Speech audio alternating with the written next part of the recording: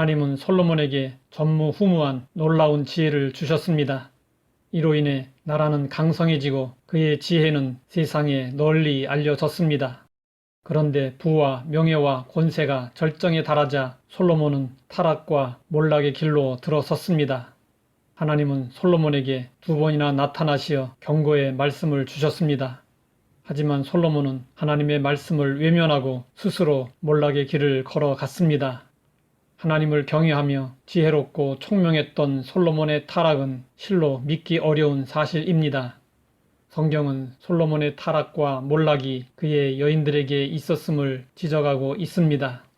솔로몬이 나이가 많을 때에 그의 여인들이 그의 마음을 돌려 다른 신들을 따르게 하였으므로 왕의 마음이 그의 아버지 다윗의 마음과 같지 아니하여 그의 하나님 여호와 앞에 온전하지 못하였으니 하나님이 정하신 왕의 제도에 의하면 왕은 아내를 많이 두지 말아야 했습니다.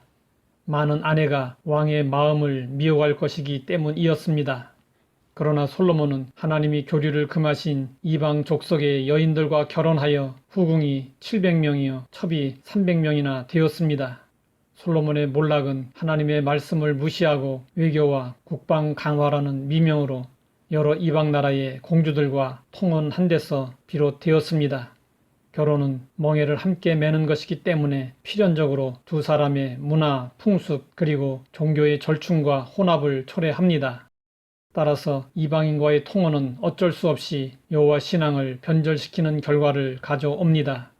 그렇기 때문에 하나님은 일찍이 가나안 정복을 목전에 둔 이스라엘 자손들에게 이방인과의 통혼을 엄격히 금하셨습니다. 그러나 솔로몬은 애굽왕 바로의 딸로부터 거의 모든 이웃나라의 여인들을 사랑했습니다.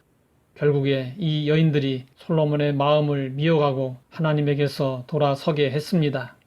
창세기 3장 1절부터 6절까지 뱀이 하와로 하여금 하나님께 불순종하도록 유혹하는 과정을 보여주고 있습니다. 그런데 6절의 마지막 부분을 보면 남편에게도 주매 그도 먹은지라고 했습니다. 하와는 선악과를 따서 자신도 먹고 남편 아담에게도 주었습니다. 주매 먹은지라 얼마나 간단합니까?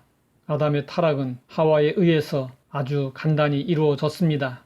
이것은 남자들에게 있어서 여자의 영향력이 어떠한지 보여주는 것입니다.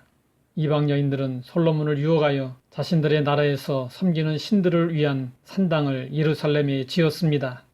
솔로몬은 이방 여인들의 우상 숭배를 허락했을 뿐 아니라 자신도 우상을 숭배하며 하나님을 떠났습니다. 솔로몬의 결혼 정책은 올무가 되었고 이스라엘은 그의 자식 때에 이르러 남왕국과 북왕국으로 분열되었습니다. 다윗은 하나님 앞에서 실수를 하더라도 회개하고 돌이키는 삶을 살았습니다. 하지만 솔로몬은 자신의 지혜만 믿고 자신을 돌아보지 못했습니다. 하나님은 말씀을 무시하고 우상 숭배하는 자를 미워하십니다. 우상 숭배는 형상을 만들어 놓고 절하는 것만을 의미하는 것이 아닙니다. 성경은 말씀하고 있습니다. 그러므로 땅에 있는 지체를 죽이라 곧 음란과 부정과 사욕과 악한 정욕과 탐심이니 탐심은 우상 숭배니라. 우리 마음속에 있는 탐심도 우상 숭배입니다.